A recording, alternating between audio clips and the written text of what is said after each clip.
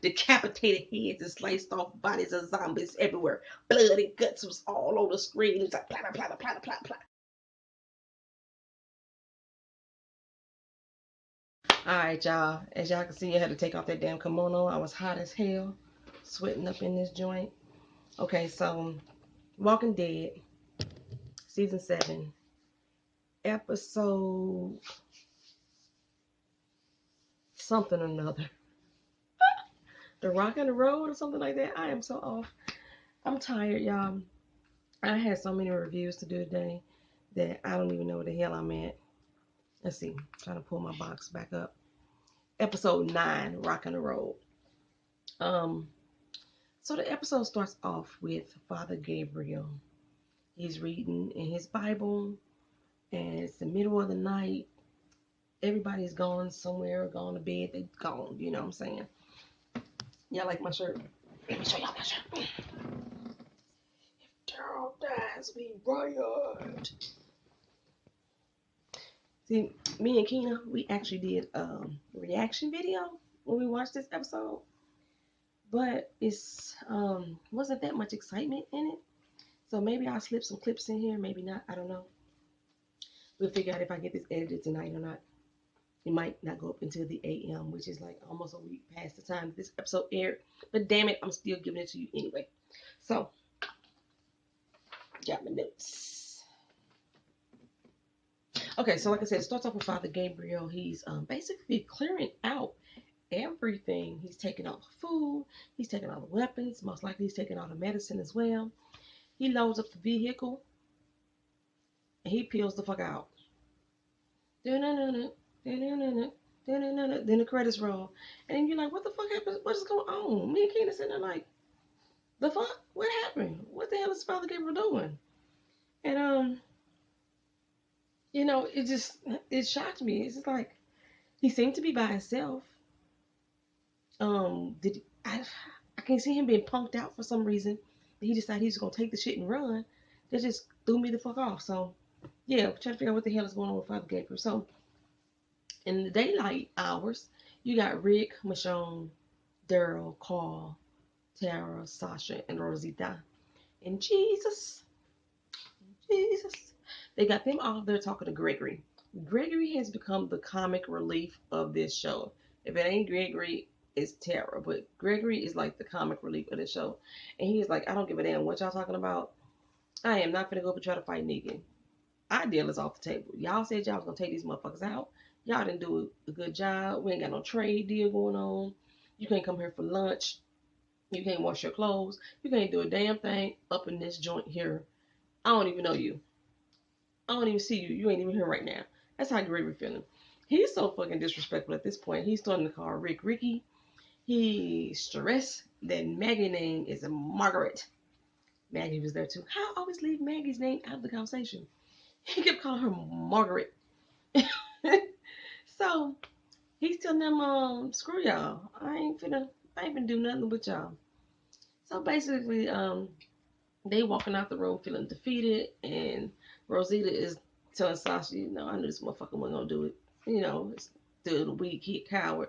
And I'm like, okay, there's another point in this episode where they leave out of talking to Ezekiel, and Sasha, is saying something to Rosita, and Rosita's like, what the fuck you telling me for? We ain't cool. So all we did was fuck the same man. So I was like tripping off the fact that, okay, we walking up out of here, you say something to Sasha, and she just like, now I say something to you later, you got attitude, you got two, you want to give me two? What the fuck is going on with Rosita when they start hating each other? Okay, I know that they slept with the same guy, but she started fucking Spencer. So like,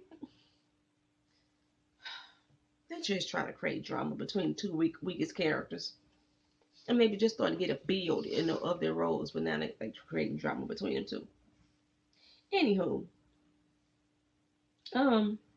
so when they walk out, Enid rolls up. They didn't realize that Enid was there. Carl all happy. His boo has been in the building. Carl ain't even thought about the fact that she ain't came back. But he's like, hey, my boo was here. My lip was dry. And so Enid basically tells them to come outside. Got something for him.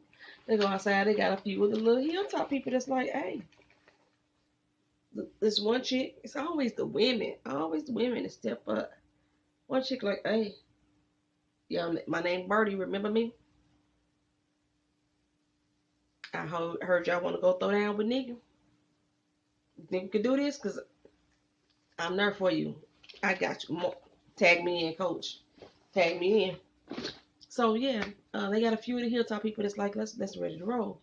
And Rick is like, okay, that's cool. What's up? We still ain't got enough people. We gonna Daryl like we gonna need some heavy artillery if we ain't got the bodies. It's gonna have to be one or the other, either the bodies or the artillery. So we need to find some shit to do what we need to do. And so they like, all right, let's go and head back to Alexandria. And Jesus like, ain't gotta go back so soon, homies. We ain't gotta go back so soon. I stole the radio from the compound, from the sanctuary. We could hear everything that they saying. So Michonne was like, okay, well, if we ain't going to the crib, where we going? He said, I think it's time for me to take you to the king. Take you to the king. We've been go to the king. And they've been go see King Ezekiel. And they're like, all right, what's up with that? All right, let's roll. So they pull up to this little spot in the middle of nowhere. And they're like, what the fuck are we waiting on? He said, we waiting on them. He pointed. Here come Richard galloping on the horse. Just galloping away. Galloping away. He all in the character. Hawk, who goes there? He sees is Jesus. He like, oh damn, what's up, homie? He goes straight out of character to the hood voice like that up in there. And he's like, hey, yo, what's up? What you doing here? Who these people? How you bringing him up to our camp like that? You know better. And so Jesus like, we are requesting audience with the king. We want audience with the king. So Richard like, look here. I don't know what you got going on, but I'm gonna talk to you because you got a little backbone. I don't like to fuck with Gregory. But since you got a little backbone, I'm gonna go ahead and talk to you, but let me let you know. Whatever trade agreement you trying to peep up on us right now, it ain't gonna work until we handle the problem. That problem being the nigga. Hold up a second, y'all.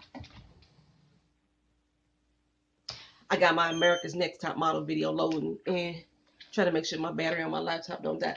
No, we don't need you over here, sir. Take your butt back to bed.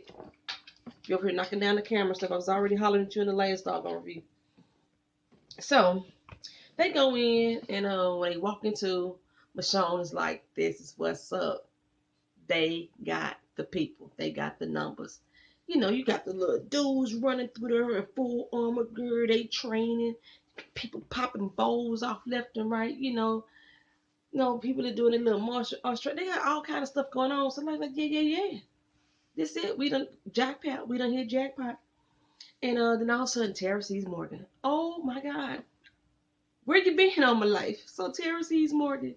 And Morgan walks up and Tara gives him a hug. Sasha gives him a hug. And I think Rosita or Michonne. I can't remember which one of them two. They give him a hug. But Rick and them like, what the fuck Carol at? He say hi. I miss you. Where you been? How come you ain't came back? Where the fuck is Carl? And Daryl's like attentive. They never really let Daryl feel that Carl was gone. That was his homie. They never showed us the emotion Daryl would have went through once he found out that Carl was no longer there. So this whole little interaction was a little strange for me on Daryl's end. But Rick was just like, where she at? I sent you to go find her. Morgan like, I found her. I did. She said she didn't want to fuck with us. Leave me alone. I left her alone. So she gone. She poofed by. Oh, I understand. Him and Carol done made this weird ass bond that they really don't have a bond because they didn't even like each other for real. Now he want to protect her honor and pretend that he don't know where she at. Okay, go with God with that. Okay, so they all get to go see the king. Like I said, take me to the king. They walks up in this joint, and I swear to God, they all had the same look on their face that Carol had. Like, what the fuck is this dude for real? Jesus is like, hey, yo, this is the King Ezekiel. Oh, my bad, y'all. Yeah, this motherfucker got a tiger up in here. And right at that moment, she was like, So they look like, The hell is going on? And then here comes King Ezekiel. How art thou? You walk up in my joint and yes, curtsy and bow, my niggas, curtsy and bow. So King Ezekiel is all in his voice, and he like, Jesus, what the fuck? I gave you some information and confidence. You done spilled the beans, told these people I don't even know them. You just betrayed our confidence like that. And Jesus like listen, dog. That's something that they need to say. They got a proposition for you that I think you should really listen to. So King Ezekiel listening, and Rick is like, hey yo, we got a common enemy. Us, you, the hilltop. That kind of common enemy is Negan. Let's get together and bust some heads. Richard is like, this is what I've been talking about. Yes, sir. This is what I've been talking about. Hey, listen to him, King Ezekiel. This is the time is now. Let's strike now. While we still got the upper hand. Let's knock them down. Ezekiel looked like him like, you better shut the fuck up. Do not stay in your place. Stay in your lane. Stay in your lane. Ezekiel, expressed his concerns about the whole ordeal. He got a peace there for his people. He want to keep maintaining that peace that he has with, for his people. And so Rick tries to, tell him about the story about the rock in the road, about, this rock in the road. This family walked across it and everybody felt to hurt themselves. And this little girl was like, why the fuck is this rock still hurt? Let me dig this shit up. So she got it out the way so nobody else can get hurt. And there's a pot of gold underneath that the king had already set this up. He said who was kind enough to remove that rock so nobody else would get hurt, they was worthy of that gold. He told this story to the king, and Jerry's like, hey, gold, what's up? I like this story. I like him. He's the only fat person left in the series. I told you all the fat people got killed because Eugene's losing weight, so you can't even call him chubby no more. But all the fat people got killed. Olivia got killed. Mm-hmm. Tara's girlfriend got killed, and Fat Joey. And Negan gave a little speech for Fat Joey, a little shout out to him in the course of all this madness. But yeah, well, King Ezekiel was like, you know what, I'm gonna think on this. I'm gonna take a night, go on sleep on this, and see where this go. And I'll let y'all know. Y'all gonna break bread with us throughout the evening. Well, I guess apparently while they were having dinner, Ben decided to go out into the woods. He's still trying to practice his manliness, trying to figure out how to kill some walkers on his own. And he runs into Carl. I really wish he would have told Carl that Rick and them were there, but he didn't. Because at this time, I don't know why he didn't know that they knew Carl, because they already have established that Carl and Morgan came from the same place. And they just identified that Morgan knows them. So that would have been Ben's opportunity to say, your friends are there. But, he didn't. Carl is still like, leave me the fuck alone, why are you following me? And he like, Ezekiel looks out for his people. So even if I go back and tell him you don't want me to come out here and look for you no more, we still gonna do it because he look out for his people. So get over it.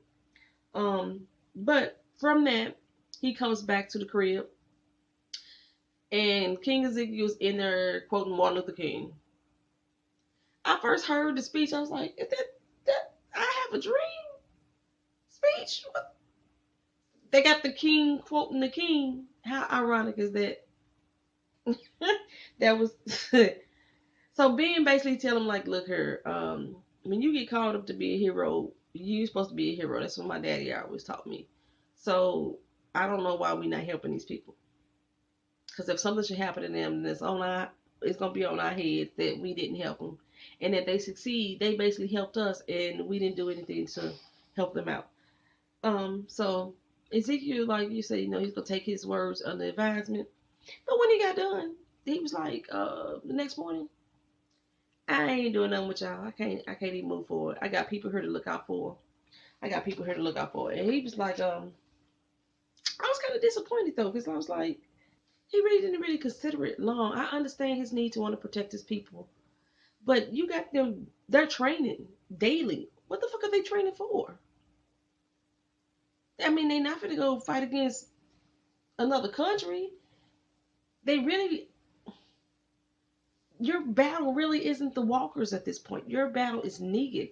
But he feels like since he has a peace with Negan, that he has no worries, and they already trying to tell you, Negan don't honor those peace treaties. Come on, son. It's at any moment he can come in here and wipe y'all out, or so he think. But Negan don't even consider them a threat because he let them keep all their guns and their weapons and stuff. But yeah, I was kind of disappointed that Ezekiel didn't even want to take it on board. Um, I mean, because like I said, I understand he's trying to protect his people, but really, y'all still living in captivity, son. You really are. And you just think you're in control, but Negan is still controlling you, very much so. Negan is still controlling you. Um, so Richard and them, he's gonna walk Rick and them out the gate, and Ezekiel tells Rick and them that he's gonna grant Daryl asylum. He can keep him protected there, and because Negan doesn't come onto their grounds at all, so he think he'll be safe there because basically Negan is on the hunt for Red October for some Daryl. But like I said, if Daryl dies, we riot. I'm just letting you know. Don't fuck with my Daryl. Took me a long time to like Daryl. When he was hanging with Merle and he was still like the little redneck, semi-racist dude. But then I realized he was just trying to impress his brother. And then he came into himself. I like me some Daryl. So Richard's walking out the gate with them, and Richard's pretty much telling them, okay, I still got your back. I'm ready to do this whenever y'all ready to do this. Just y'all just holler, and I hear you, and I come running. Um, they leave out and they kind of basically force Daryl to stay, but Daryl's like, oh, what the fuck I want to stay here for? And he said, you really, that's the best option. Rick saying, yes, the best option. We want to keep you safe. Plus, you could try to work on Ezekiel. And Jesus had like a CB radio. Like I said, he stole from Sanctuary so he could hear what Negan and them saying. And over the radio, like I said, we didn't get to see Negan. I was disappointed in that, but we did get blessed with his sinister voice. He was giving a shout out to Fat Joey. He's like, Fat Joey was, we were just talking about shooting the shit last week about oral sex or what have you, and now that Fat Joey's gone, Skinny Joey is just fucking Joey. Like he's like blah blah, it's nobody now. Um, so they were gonna still hit the road. I don't even know where the fuck they was going or where they was going, but they were hitting the road. They wanted to clear a path because they ran into this roadblock. So they wasn't going back to Alexandria, but they ran into a roadblock, and they figured it had to be the saviors who put the roadblock there because of the way it was set up. I mean, there was explosives everywhere, explosives, dynamite, C4. It's all set up across the road, so it looks like they were ready for something big to come through there. Like, and Carl said when he was in the back of the truck, he had heard him, so he knew this was like for a herd. And Sasha was like, "Hey, we need this. We need this shit." So they trying to disarm it. They got Rosita. She tapped into her training that she got from my brain can't think. No, so she disarmed one of the bombs, and then they had to slowly cut the other dynamite off because dynamite is very sensitive. So they had to cut that off, especially if it's old, and make sure they don't blow themselves up. But while they're doing this, here come this herd of walkers, baby. Woo!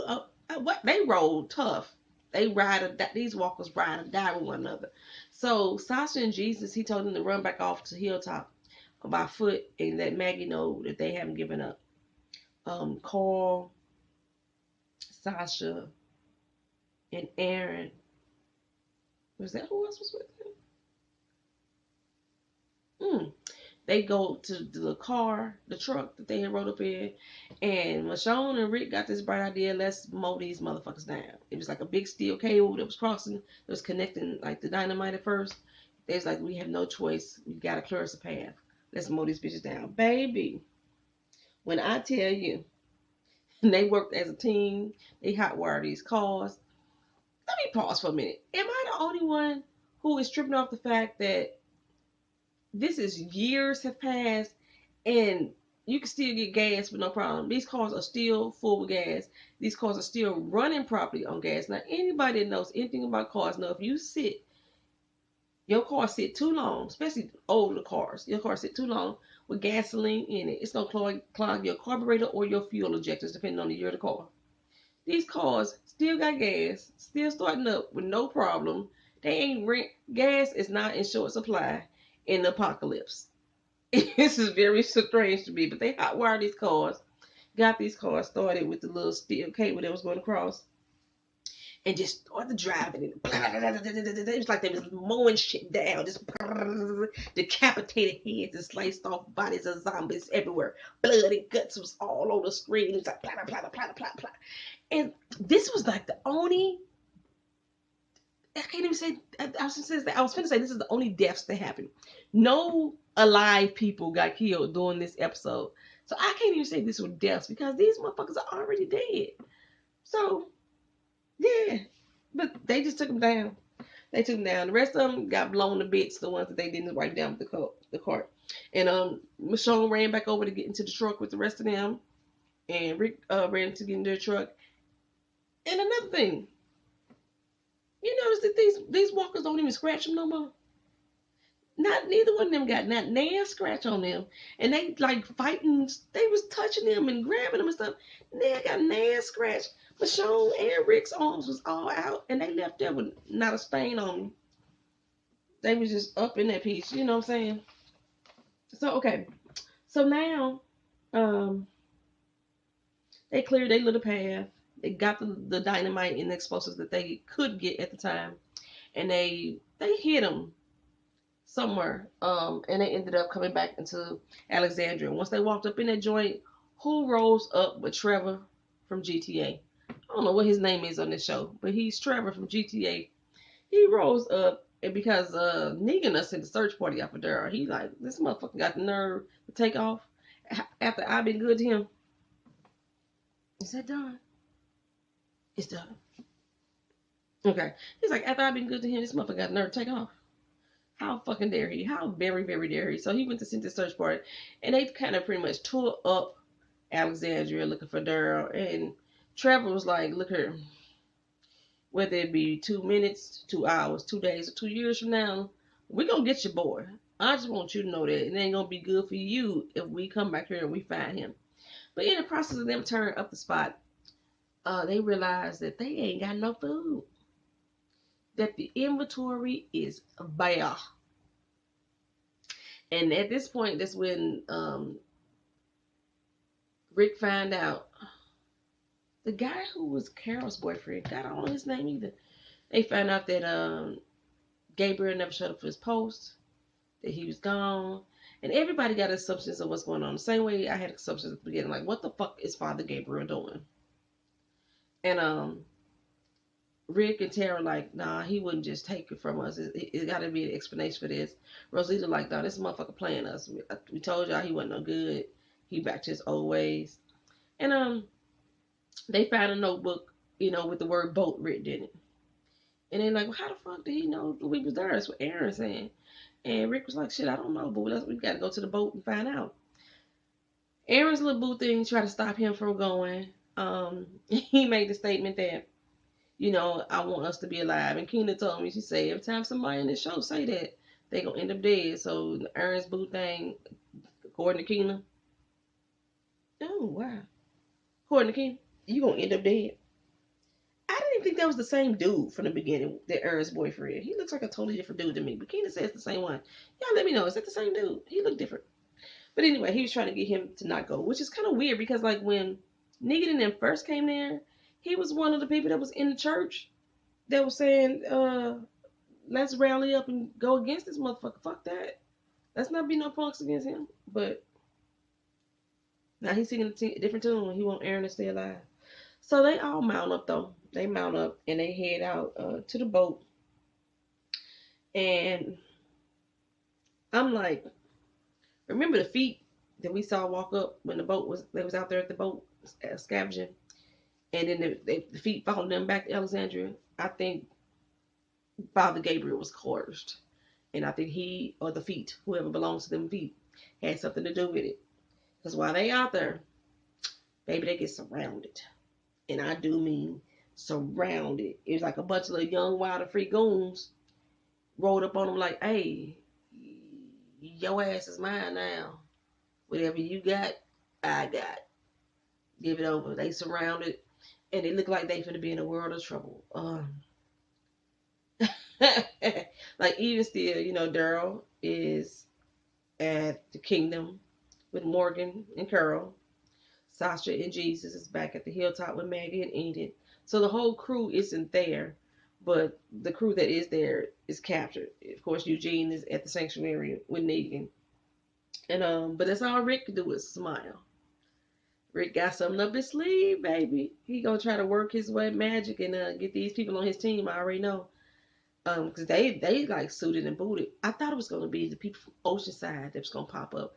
Maybe they are. Maybe Tara's gonna give them up. Because people from Oceanside gotta come back. I gotta see Cindy again.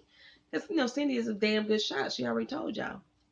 So when the final war happened, I think they're gonna rise up together.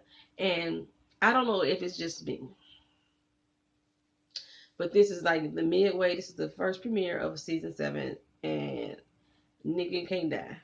I don't want him to die. I don't want him to die for season 8. They gave the governor 3 seasons. Negan better get at least 3 out of this too. That's all I'm saying. Keep it going. Keep it going. Let him be as treacherous as can be. Let him win some battles. Let him lose some battles. Just don't let him get taken out yet. Jeffrey Dean Morgan was like one of the. He is playing the shit out of the Negan role. All right, y'all. So that's the end of The Walking. So thank y'all for coming back. Like I said, sorry it's so late. Thank y'all for coming back. I will try to be on time this week because I am feeling so much better. I can breathe again. Dara's still alive too. Yeah. Peace.